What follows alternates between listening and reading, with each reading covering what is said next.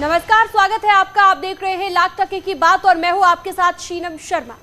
नमस्कार, मैं हूं आपके साथ अमित गर्ग शुक्ला। शुरुआत करते हैं बड़ी खबर के साथ। काशी में मंदिर को लेकर एक और याचिका दायर की गई है।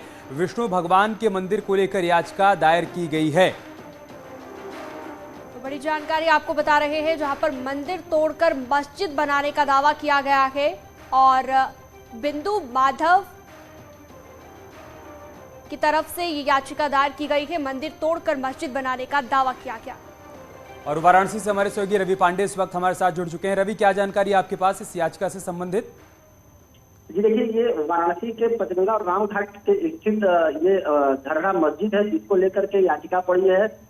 याचिकाकर्ता का दावा है कि ये 1600 सदी में यहाँ पर बिंदु माधव की मंदिर हुआ करती थी, जिसे औरंगजेब ने तोड़वा करके मस्जिद बनवा दिया था और फिलहाल इसमें दर्शन पूजन करने की रोक लगी हुई है।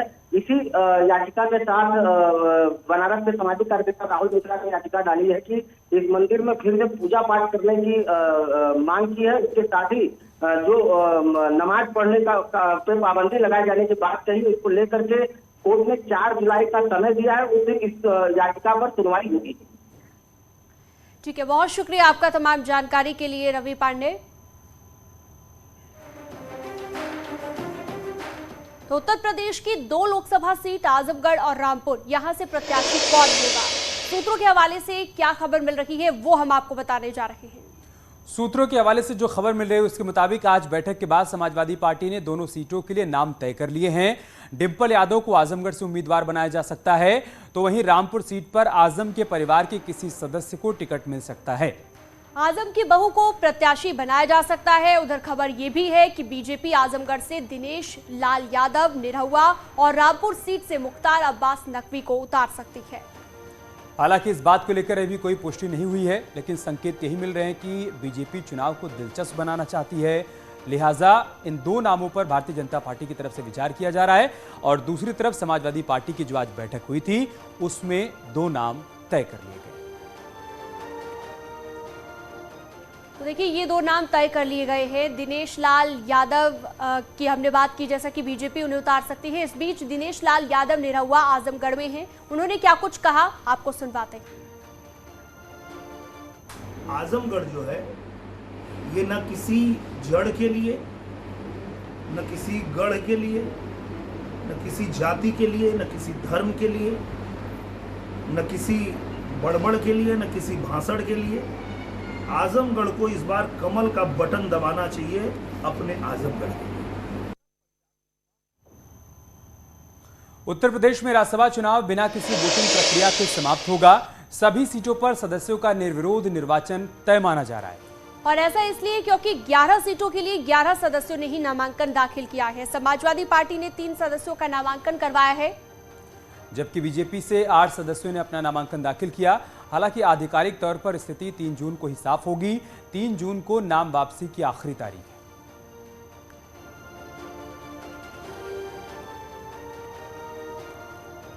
और अब देखिए कि कैसे बीजेपी ने राज्यसभा चुनावों के जरिए 2024 और उत्तर प्रदेश में होने वाले उपचुनावों को साधने की कोशिश की है।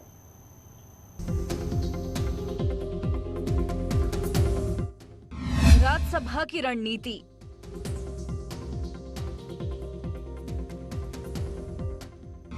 दिलाएगी 2024 में जीत। ओबीसी समीकरण बनेगा बड़ा फैक्टर।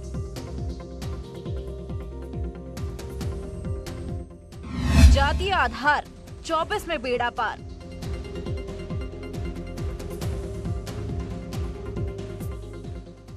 सहयोगी दलों के साथ मिलकर उत्तर प्रदेश की सत्ता में वापसी करने वाली बीजेपी ने राज्यसभा चुनावों को लेकर जो रणनीति अपनाई है, उससे साफ है कि पार्टी की नजर 2024 पर है। पहले नामांकन की इस तस्वीर को देखिए। रणनीति साफ है। ये तस्वीर एकजुटता का संदेश देती है और भारत की लोकतांत्रिक व्यवस्था में जनमानस के बीच बीजेपी की पकड़ का भी।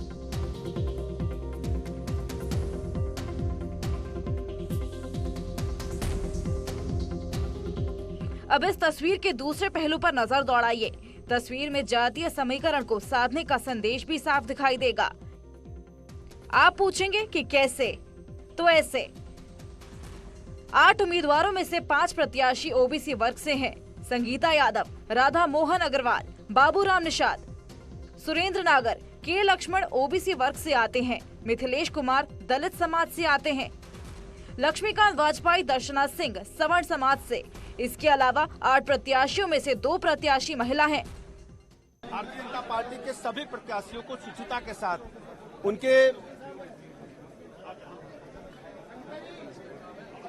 उनके मतलब किए गए कार्यों को विशेष रूप से समाज के प्रति समर्पण देखते हुए अपने कार्यकर्ता साथियों को राज्यसभा चुनाव मैदान में उतारा है। मतलब ये सभी वर्गों को एक साथ साधने की कोशिश की गई है। सबसे ज्यादा फोकस ओबीसी वर्ग पर किया गया है, जो कि लंबे वक्त से बीजेपी की रणनीति का हिस्सा रहा है। Bureau report.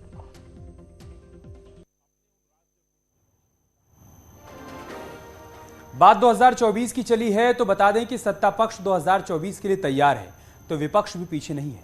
CM Yogi Adityanath और पीएम मोदी ने कार्यकर्ताओं से अपील की है कि 2024 के लिए तैयार रहें, तो समाजवादी पार्टी ने भी कार्यकर्ताओं को तैयार रहने को कहा है। 2024 के चुनाव की भावभूमि अभी से हमें तैयार करनी होगी। हम और ज्यादा काम करते रहें, दिन रात काम करते रहें, जी जान से जुटे रहें। साल 2024 में होने वाले लोकसभा चुनाव में अभी वक्त है, लेकिन राजनीतिक दल इंतजार के मूड में कतई नहीं है। फिर बात सत्ता पक्ष की हो या फिर विपक्ष की, सीएम योगी तो पहले ही कह चुके हैं कि 2024 के लिए अभी से तैयार रहना होगा। 24 के चुनाव की भावभूमि अभी से हमें तैयार करनी होगी। अगर जनता जनार्दन ने हम सबको कोरोना कालखंड में किए गए परिश्रम, किए गए कार्य, सेवाई संगठन के इस लक्ष्य को प्रदान करने में हमें सफलता प्रदान की, तो साथ साथ केंद्र और प्रदेश सरकार की उपलब्धियों को जन जन तक पहुंचाने का परिणाम चुनाव में हमारे सामने आया है। लेकिन हमें अभी 2024 के लिए अपने आप को अभी से तैयारी करके आगे बढ़ना होगा। इससे पहले पीएम मोदी ने जयपुर में आयोजित बीजेपी की कार्यकारिणी बैठक में साफ कहा था, सत्ता मिलने के बाद भी हमें रुकने की जरूरत नहीं है। हम अधीर हैं, बेचैन हैं, साथ ही सतर्क रहेंगे, जुबान फिसलने नहीं देंगे। हमें देश हित से जुड़े जो भी बुनियादी विषय हैं, जो कोर इश्यूज हैं, उन्हीं पर आगे बढ़ना है। लेकिन अगर आप समझते हैं कि विपक्ष बीजेपी से कहीं पीछे है तो ऐसा नहीं है। कम से कम उत्तर प्रदेश में मुख्य विपक्षी दल समाजवादी पार्टी के बारे में ऐसा नहीं कहा जा सकता। समाजवादी पार्टी की ओर से जारी पत्रिका के दूसरे पेज में कार्यकर्ताओं से साफ अपील की गई है, 2024 के लिए तैयार रहो। हालांकि पार्टी की ओर से अभी तक कोई बयान नहीं आया है, लेकिन संदेश साफ है कि समाजवादी पार्टी तैयार है और बीजेपी तो पहले से ही तैयार है। Bureau report, news 18। तो बीजेपी में बम्पर वैकेंसी है, ऐसा हम इसलिए कह रहे हैं क्योंकि बीजेपी के 8 सदस्यों का राज्यसभा जाना तय है। दरअसल विधान परिषद की 13 सीट भी खाली हो रही हैं। इन सीटों पर 20 जून को वोट डाले जाएंगे। ये सभी सीट विधायक कोटे की हैं और संख्या बल के आधार पर बीजेपी 9 सदस्यों को आसानी से विधान परिषद भेज सकती है। तो वहीं दूसरी तरफ समाजवादी पार्टी सिर्फ 4 सदस्यों को विधान परिषद भेज पाएगी। इसके अलावा विधान परिषद में मनोनयन कोटे की 6 सीटें भी खाली हो रही हैं। इन सीटों पर उसी का मनोनयन होगा जिसके लिए सरकार प्रस्ताव भेजेगी। ऐसे में बीजेपी 15 सदस्यों को विधान परिषद आसानी से भेज सकती है।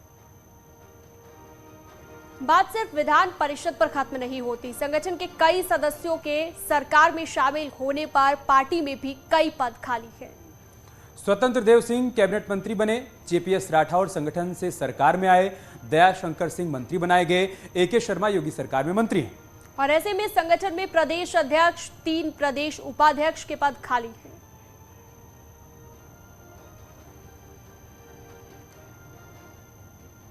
विधानसभा में नेता सदन और नेता प्रतिपक्ष का शायराना अंदाज भी देखने को मिला। मुद्दों पर चर्चा के साथ साथ एक दूसरे पर तंज कसने के लिए सीएम योगी आदित्यनाथ और अखिलेश यादव ने शायरी का सहारा लिया। मैं देख रहा था कि अचानक अपने भाषण को आगे बढ़ाते बढ़ाते नेता प्रतिपक्ष उस दिन बाद में कुछ ऐसे मुद्दों पे आ गए जिनका बजट से संभवतः बहुत वास्ता रहा हो या न रहा हो।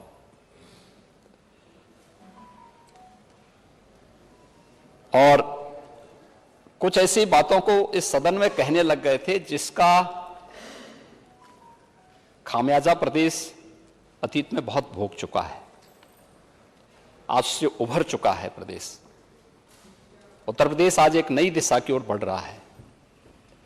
लेकिन उनके भाषण से मुझे दुष्यंत कुमार की ये पंक्तियां याद आ गई कि कैसे मंजर सामने आने लगे हैं और गाते गाते लोग चिल्लाने लगे हैं।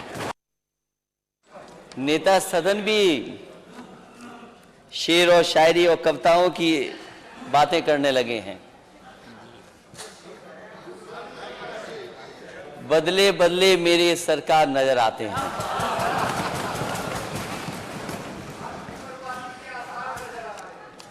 वो आपकी बर्बादी के, वो अगली लाइन थी। मुझे अच्छा लगा कि मैं नेता सदन को जो गाना दे रहा था केवल एक लाइन का, उन्हीं के माननीय सदस्य ने दूसरी लाइन बोल दी। मैं चाहूंगा कि माननीय सदस्य दोबारा वो लाइन बोल दें, क्योंकि मैं तो नेता सदन के वो दूसरी लाइन नहीं बोलूंगा।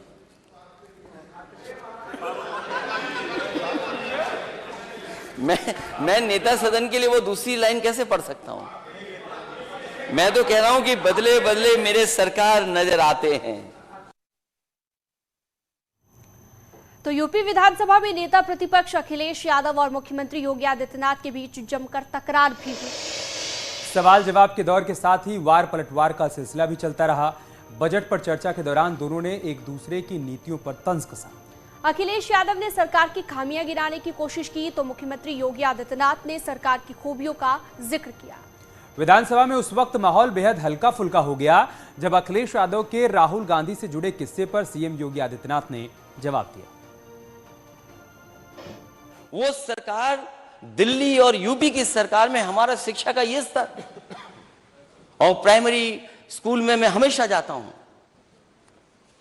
और मैं एक बार नहीं गया, अब जब मैं मुख्यमंत्री था तब भी मैं गया, और मैं अपनी भी कमी जानता हूं। जब मैं एक स्कूल में गया, मैं जाकर के बच्चे से पूछा कि पहचाना आपने मुझे? तो वो छोटा सा बच्चा बोला कि हाँ मैंने पहचान लिया। मैंने पूछा कौन हूं मैं? तो बोले आप राहुल गांधी हैं।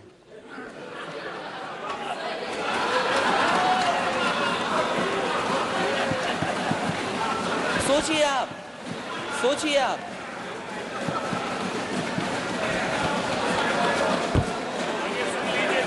नहीं, मैं अध्यक्ष जी अच्छा सोच रहे हैं। पूरी बात सोच समझ बिल्कुल ठीक है। पूरी बात सुन लीजिए। ये इनकी सोच समझ बिल्कुल ठीक है। मैं जानता हूं किस बात पे ये कह रहे हैं। इन्हें चिंता इस बात की नहीं है अध्यक्ष महोदय, इन्हें दुख इस बात का नहीं है कि यूपी नीचे से चौथा नंबर है। इन्हें खुशी इस बात की है कि मैंने कांग्रेस पार्टी के नेता का नाम ले लिया। कमाल है आपको सरकार किसने बना दी? सोचिए आप।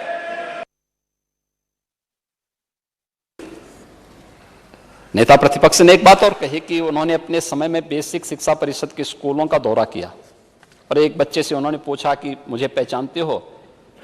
तो उसने कहा कि हाँ राहुल गांधी है।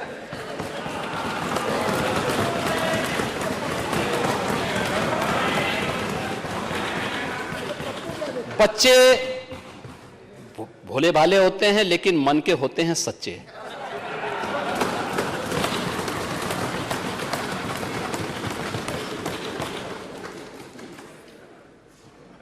जो बोला होगा बहुत सोच समझ के ही बोला होगा।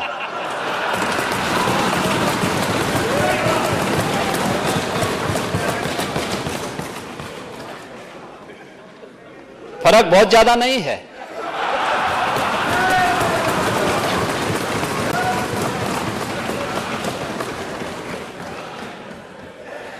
फर्क केवल यह है कि राहुल गांधी जी देश के बाहर देश की बुराई करते हैं और आप उत्तर प्रदेश के बाहर उत्तर प्रदेश की बुराई कर देते हैं। यूपी विधानसभा में गाय और गोबर की भी खूब चर्चा हुई। अखिलेश यादव ने कन्नौज के परफ्यूम पार्क और गोबर का जिक्र करते हुए सरकार पर तंज कसा था। इसके जवाब में सीएम योगी ने गोबर से बनने वाली अगरबत्ती और पूजा का जिक्र करते हुए अखिलेश पर प्रहार किया। इसलिए जो बना पड़ा अधूरा परफ्यूमरी पार्क है, हमें गोबर नहीं चाहिए, हमें अपना परफ्यूमरी पार्क चाहिए। और कहीं ऐसा तो नहीं नेता सदन आप जो गोबर वाला प्लांट देने की बात कर रहे हो बायोगैस का, वो कहीं शिलान्यास समाजवादी सरकार में तो नहीं हुआ था? मैं देखता था माननीय नेता प्रतिपक्ष को, एक तरफ किसान की बात कर रहे थे, दूसरी तरफ उन्हें गोबर में बदबू नजर आ रही थी। कैसी विडंबना है। अरे गोबर तो हमारे यहां गाय का गोबर तो बड़ा पवित्र माना गया है, और मुझे लगता है कि थोड़ा भी नेता प्रतिपक्ष हम लोगों से नहीं मानते, हो सकता है वे पूजा ना करते हो, लेकिन मैं वही आ रहा हूं। मुझे लगता है कि अगर आपने चचा शिवपाल जी से ही कुछ सीखा होता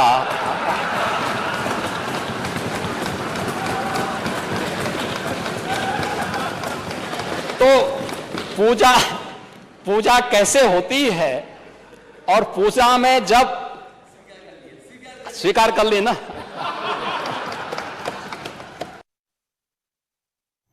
और चलिए इस बीच आपको एक बड़ी जानकारी दे देते हैं सीएम योगी से जुड़ी हुई। 2 जून को फिल्म देखेंगे सीएम योगी आदित्यनाथ, फिल्म पृथ्वीराज देखेंगे सीएम योगी। मंत्रियों के साथ फिल्म देखेंगे सीएम योगी आदित्यनाथ। सम्राट पृथ्वीराज चौहान पर यह फिल्म बनी है। अक्षय कुमार ने इसमें बतौर अभिनेता किरदार निभाया है। ऐसे में जानकारी सामने आ रही है कि सीएम योगी आदित्यनाथ 2 जून को अपने मंत्रियों के साथ ये फिल्म देखेंगे।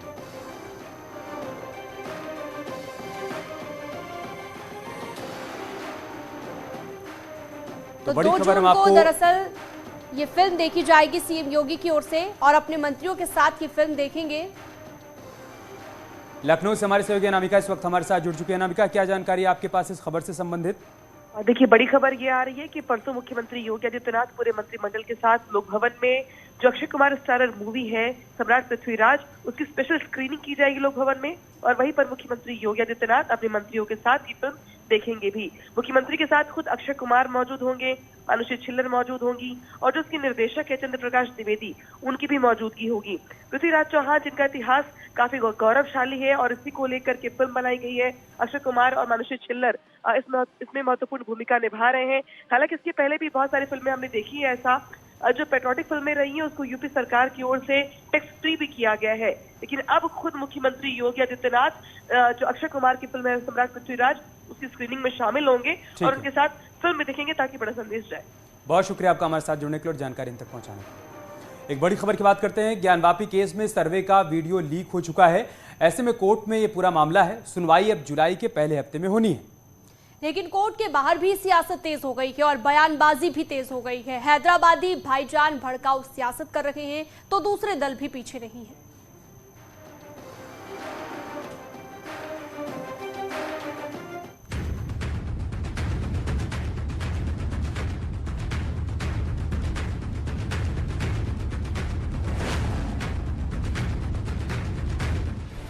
सर्वे में क्या है? रिपोर्ट लीक हो चुकी है, वीडियो सब देख चुके हैं, केस कोर्ट में है, फैसला अदालत को करना है। लेकिन कोर्ट के बाहर ज्ञानवापी केस पर जारी जुबानी जंग थमने का नाम नहीं ले रही है और ये दोनों तरफ से हो रहा है। मंच से विवाद का ज्ञान दिया जा रहा है। सबसे पहले असदुद्दीन ओवैसी का बयान सुनिए। मस्जिद को हमसे छीन लिया गया, उसी तरीके से कोशिशें की जा रही हैं कि ज्ञानवापी को भी छीन लिया जाए, मथुरा की ईदगाह को भी छीन लिया जाए, लखनऊ की टीली वाली मस्जिद को छीन लिया जाए, मुंबई की हाजी अली दरगाह। ज्ञानवापी के मुद्दे पर ओवैसी लगातार भड़काऊ बयान दे रहे हैं तो विश्व हिंदू परिषद के मुताबिक वीडियो आने के बाद साफ हो गया है कि वहां क्या था और इतिहास में क्या किया गया है। ऐसा दुख है जो जब तक उस तरह का स्मारक खड़ा रहेगा तब तक बना रहेगा।